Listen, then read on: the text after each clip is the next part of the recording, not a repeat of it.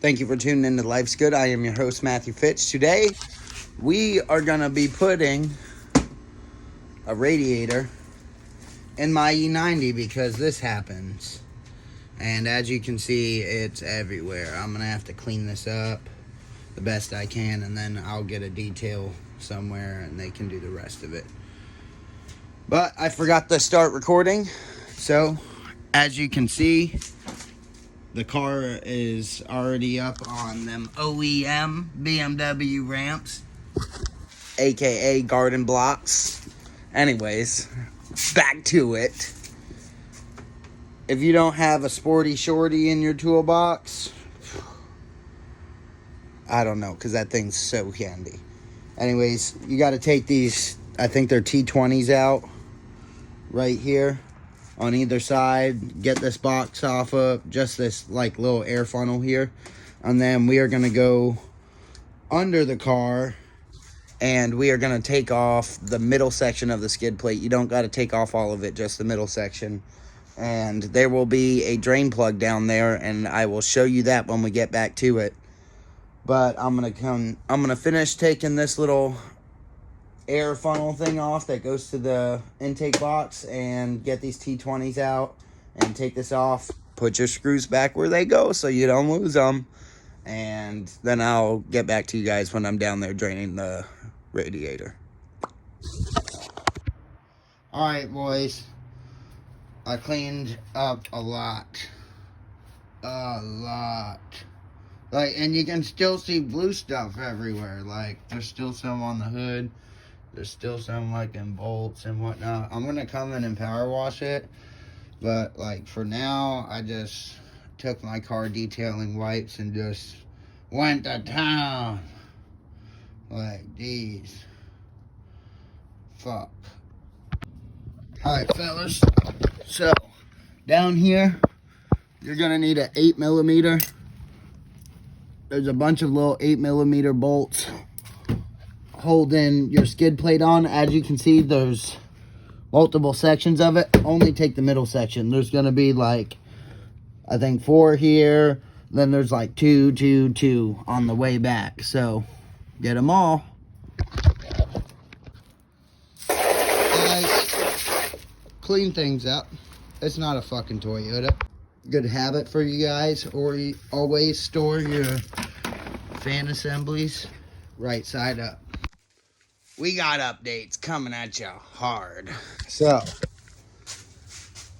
got the McDonald's straw off that goes from here to here. And I got the fan assembly out. I just pulled it out. I'm just kind of looking around in here to see the easiest way to drain this bad boy.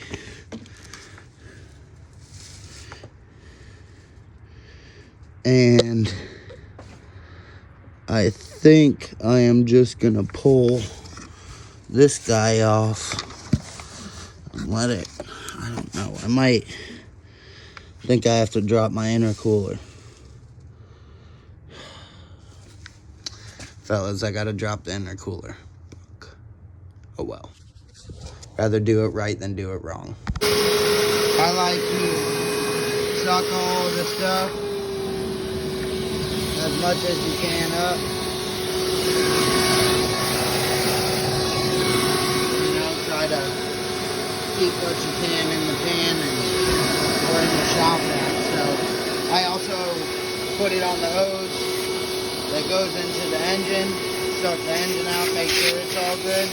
Bang, bang, boom. There we go. Everything's all sucked out.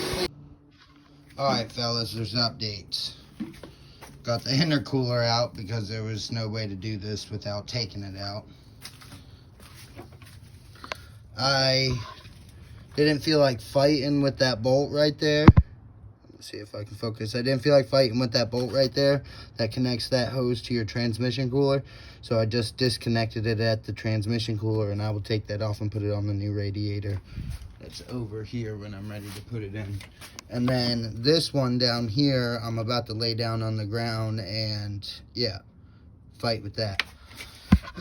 But another pro tip for you guys, when you spill a bunch of shit, just throw your shop vac under there. So then you're not laying in a puddle and you're cleaning up as you go. Plus antifreeze is toxic to animals. Blah, blah, blah. After you get that bottom hose off down there, let me see if I can focus. That guy right there, under the lower radiator hose. Go ahead and take this guy off. Your lower charge pipe that comes out of your intercooler down here, I'm going to go ahead and take that off so I can get some clearance for this little hose I left on to get this radiator out of here. And I'm going to go ahead and take that off, get everything all right, and get this radiator out, and then I'll get back to you. Hey guys, I finally got this radiator in. Make sure you loosen up all of your adjustment points. Also, there's your little intercooler cap that sets everything in there and holds everything together. Take the one on the passenger side off. Your left passenger side, that way. This little shield down here. Damn it, dropped my cigarette. Pick that up. That way this little shield down here has some wiggle room for you to get that little foot down there in its shoe that it needs to go into. And I'm going to go ahead and connect this intercooler, connect this little line down here, connect this line right here that goes up into this clip and swivels back down.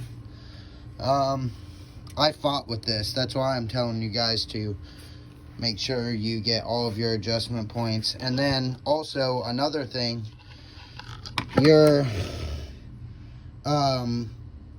air conditioning condenser is going to try to fall because it's sandwiched between your oil cooler and this radiator, and it's going to try to fall, and it has like a little plastic mounting point on this little shield down here where this bolts up to.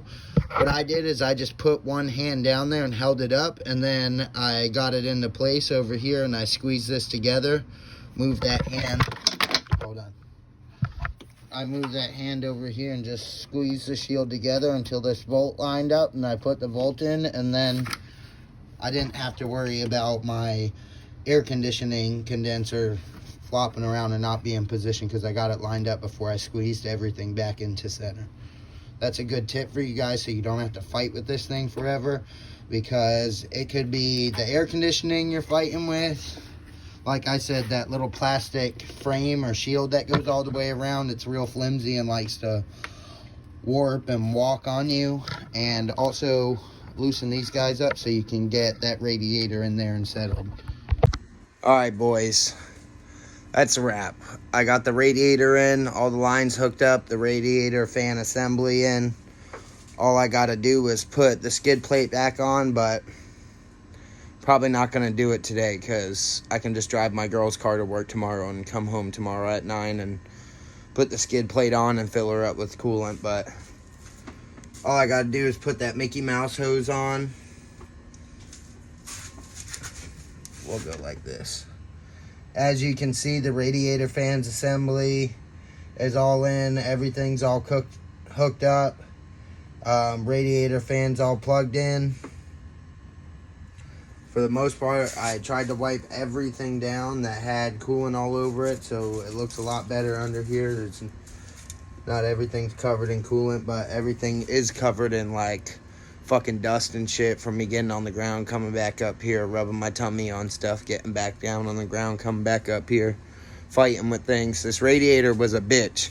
Make sure you loosen all of your adjustment points to the radiator assembly so you can really like maneuver it in there and shake that motherfucker into position.